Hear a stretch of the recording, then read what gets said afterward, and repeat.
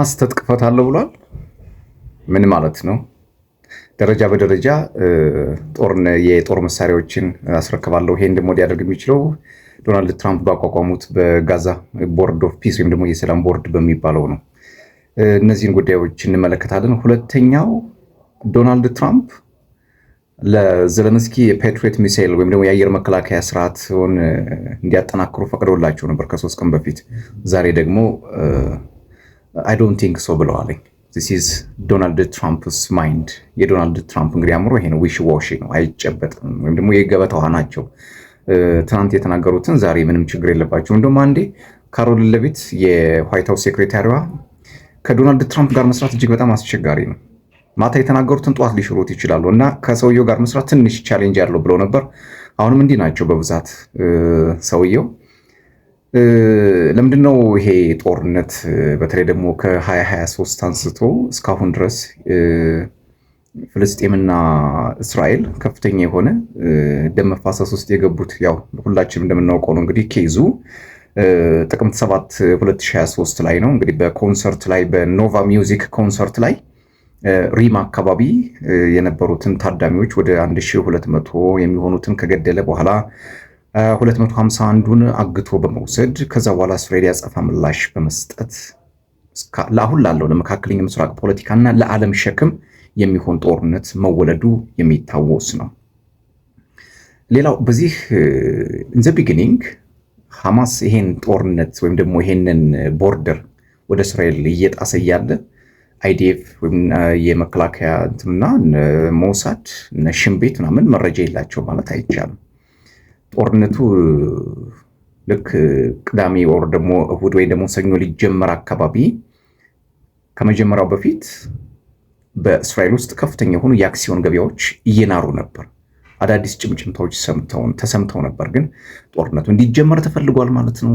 አዲስ ሌላ አሰላለፍ በቀጠናው ላይ እንዲመጣ የፓወር ወይም ደግሞ የኃይል ሚዛን ሽፍት የጂኦፖለቲካ መዋቅር ለመፍጠር ታልሟል። ይሄ ጦርነት የተጀመረበት ሴራ ዊዶንት ነው። ሌላው በቅርብ የሞተው የሀያ ሲንዋር በጉልበትና በጀብድ በልክ የጀመረው ጦርነት የጋዛን ሕዝብ ዋጋ እንዳስከፈለው ከዚህ በፊት በርካታ መገናኛ ብዙሃን ዘግበውታል። የሀያ ሲንዋር ይህን ጦርነት ለመጀመር ከአብዮታዊ ዘቡ ኢራን ጋር ማለት ነው እና ከሐሰን ነስረላህ ከሟቹ ጋር የሂዝቦላህ መሪ ከነበረው ጋር ኮሚኒኬሽን ነበራቸው። ኢንፎርማል ኮሚኒኬሽን ነው። የሀያ ሲንዋር ይህንን መረጃ እናግዛለን፣ እንረዳለን፣ ችግር የለው ምናምን ብለውት መሬት ላይ ሳያወርዱት ነበር መጥቶ ለሐማስ ኃላፊዎች ያንን ነገር ያስተላለፈው። በደም ፍላት ጦርነቱ ተጀመረ። ከዛ በኋላ የእስራኤል ምላሽ የምናውቀው ሆኗል። በዚህ ጦርነት ውስጥ ሌላው እጅግ በጣም የሚገርመው መረጃ በጋዛ እስራኤል ቦርደር ድንበር ላይ 6000 ኃይሎች 6000 የሐማስ ተባባሪዎች እና የሐማስ መሪዎች ያንን ቦርደር እስከሚጥሱ ድረስ የእስራኤል አይዲኤፍ ምን እየሰራ ነበር? ኩዌስችን ማርክ። ቦርደር ላይ ያሉ ወታደሮች ዴንጀር ምልክት እየሰጡ ኢትስ ሲምፕል ነበር መልሶ። ቀላል ነበር። ምን ማለት ነው ቀላል ነበር? ከዛ በኋላ ቢቢሲ ይሄን ዶክመንተሪ ምን አውጥቶታል? ኢዛት ኮንስፒረሲ በሚል አምዱ ላይ ተንትነውታል። ብዙ ሚስጥሮችን አውጥቷል። እንግዲህ ቢቢሲ አባውት ጋዛ አታክ ወይ ደግሞ እስራኤል አታክ የሚለውን ገብተን ጎግል ማድረግ እንችላለን። 6000 የሐማስ ኃይሎች ያንን ድንበር እስከሚያቋርጡት ድረስ ምን አይነት ስራ እየተሰራ ምክንያቱም እንደምናውቀው ነው እንግዲህ ሞሳድን እና ሽምቤትን ከደመና በታች ምንም ነገር ሊያልፋቸው እንደማይችል ሁላችንም ስለምናውቅ ማለት ነው። በዚህ ጦርነቱ ተከሰተ ምናለ ድብልቅልቁ ወጣ ያለ ወያለ። ከዛ በኋላ ዋና ዋናዎቹ እንግዲህ የሐማስ መሪዎች ተገለዋል። ከእስማኤል ሃኒያ ጀምሮ የሀያ ሲንዋር መሐመድ ዴፍ ጠቅላላ ከ2023 ጀምሮ እስከ 26 ድረስ 10 የሐማስ መሪዎች ተገለዋል። በእስራኤል በኩል ከታገቱት እና ያኔ ዳይሬክት ወይ ደግሞ ኢሚኔንት አታክ 1200 ሰዎች ህይወታቸው አልፏል፣ በኖቫ ኮንሰርት ላይ ማለት ነው። ከዛ እስራኤል በወሰደች ያጸፋ እርምጃ 73000 ንጹሃን ሰዎች ረግፈዋል። this is the dark history of the world። በነገራችን ላይ የዓለማችን ትልቁና ጥቁሩ ታሪክ የሚባለው ይሄ ነው። በሰለጠነው ዓለም ዘመነ በሚባለው ዓለም ውስጥ 73000 ሰዎች አልቋል። ከነዚህ ውስጥ 10000 ህፃናት አምፑቴትድ ናቸው፣ አካለ ጎደሎ ሆነዋል። ከ10 ሺህ በላይ የሚሆኑት ስቲል በፍርስራሽ ውስጥ አሉ። ጋዛን መልሶ ለመገንባት 140 ዓመት ይፈጃል። በጣም ይሄ ነው በሚባል ቁጥር የሚጠራ የዶላር ብዛት ልነግራችሁ አልችልም። በጣም ብዙ ብር ነው የሚያስፈልገው ጋዛን መልሶ ለመገንባት። 140 ዓመትን እንግዲህ እንዴት ማስላት እንደሚቻል ቀላል ነው። ከዚህ በኋላ ነው እንግዲህ ባለፈው የዛሬ ዓመት መስከረም 2025 በፈረንጆቹ ማለት ነው ዶናልድ ትራምፕ ይህንን የቦርድ ኦፍ ፒስ የሰላም ቦርድ የሚባለውን አቋቁመው ለተባበሩት መንግስታት ድርጅት ያቀርባሉ። የተባበሩት መንግስታት ድርጅት ደግሞ በሪዞሉሽን ሀሳብ ወይም ደግሞ የመፍትሄ ወይም የውሳኔ ሀሳብ 2803 ላይ ይሄንን ተቀበለው አጸደቀው፣ ወደ ተግባር ገባ። ከዛ 56ኛው የኢኮኖሚክ ፎረም ላይ በተካሄደበት ሰዓት ዶናልድ ትራምፕ ያንን ነገር ወደ ተግባር እንዲገባ አደረጉ። ከዛ ዛሬ ሙሉ በሙሉ እንቅስቃሴ እንዲጀመር የተለያዩ ሀሳቦች ተስተጋቡ። ሐማስም ለዚህ መልስ ሰጥቷል። ባቀረቡት ሐማስ ዶናልድ ትራምፕ ባቀረቡት ሀሳብ አማካኝነት እንግዲህ ትጥቄን እፈታለሁ ብሏል። ደረጃ በደረጃ ትጥቅ ደረጃ በደረጃ የጦር መሳሪያዎችን አስረክባለሁ ብሏል። በስምምነቱ መሰረት በጋዛ የሚገኙ ከባድና መካከለኛ የጦር መሳሪያዎች በታዛቢዎች ፊት ይወገዳሉ። እንግዲህ አብረን የምናየው ነው የሚሆነው። ዋናው እንግዲህ የሰላም ቦርዱ ትልቁ ሚና ምንድን ነው? ሰብአዊ እርዳታ ለንጹሃን ማድረስ፣ ለፍልስጤማውያን ማድረስ እና ጋዛን መልሶ መገንባት ነው። ጋዛን መልሶ ለመገንባት 140 ዓመት ይፈጃል። የኔና የናንተ ትውልድ ይሄን ነገር ሊያየው አይችልም። እንግዲህ ዊዶንት ነው።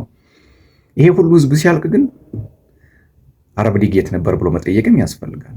አረብ ሊግ የጠረጴዛ ላይ እንቁላል ነው። ይሲ አይረጋም። በቃ ዘመም ምንም እንትን ሊል አይችልም እንጂ ጋዛ ይሄን ያክል እንትን ያለች ስቲል በተወሰነ መልኩ ግብፅ ያው ጠንከር ያለ እንትን ባይሆንም እንቅስቃሴ ታደርጋለች። ሌሎቹ ግን የሂዝቦላህ ቡድን ዳይሬክት ጦርነት ገብቷል። ሐማስ ወደ ጦርነቱ ገብቶ ነበር፣ አሁን ተሸንፏል። ሂዝቦላህም እየደከመ ነው። አብዮታዊ ዘቡ አሁን እርዳታውን አልቻለም። ምክንያቱም የበሽር አልአሳድ መንግስት ከወደቀ በኋላም ከሂዝቦላህ ጋር የሚገናኝበት መስመር ተቆርጦበታል። ሁቲም እንደሚፈለገው በቀይ ባህርና በባበል መንደብ የሚፈለገውን ስራ እየሰራ አይደለም። አብዮታዊ ዘቡ ደግሞ በርካታ ተኳሾቹን በየቀኑ በመልቀቅ ከቀጠናው ሀገራት ጋር ግጭት ውስጥ ገብቷል።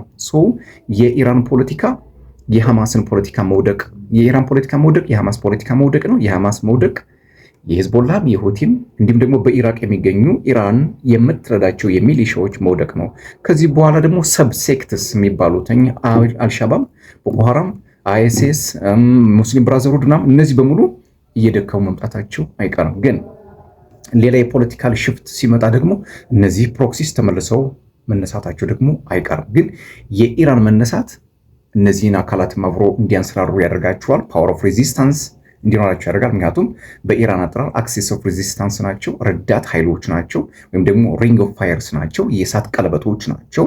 የእነዚህ ፕሮክሲ መዳከም በቀጠናው ላይ የመረጋጋትን ፖሊሲ ሊያመጣ ይችላል። ነገር ግን አሜሪካ የምትከተለው ፖሊሲ ከእስራኤል ጋር የማይጣጣም ከሆነ ደግሞ በቀጠናው ሌላ የሆነ የፓወር ዲስራፕሽን ሊፈጠር እንደሚችል መገመት አያዳግት። ሁለተኛው መረጃ አርቲ እንዳስነበበው ማለት ነው ትራምፕ ፖር ዳውን ኮልድ ዋተር ኦን ኬቭስ ፓትሪዮት ድሪም። ዶናልድ ትራምፕ እንግዲህ ዛሬ 3 ቀን የተናገሩትን ቃል ዛሬ ደግሞ ቀዝቃዛ ውሃ ቸልሰውበታል በኬቭ የፓትሪዮት ሚሳይል ህልም ላይ ማለት ነው። ዶናልድ ትራምፕ እንግዲህ ጨዋታው ይሄ ነው። ዶናልድ ትራምፕ ለዩክሬን መሳሪያ አንሸጥም፣ ነገር ግን ለኔቶ መሳሪያ ልንሸጥ እንችላለን ይላሉ። በሌላ ጊዜ ደግሞ ዩክሬን ቴሪቶሪያል ኮንሴሽን ማድረግ አለባት፣ ግዛቷን መስጠት አለባት ብለው ይከራከራሉ። በሌላ ጊዜ ደግሞ በሩሲያ ላይ 100% ታሪፍ እጥላለሁ ይላሉ።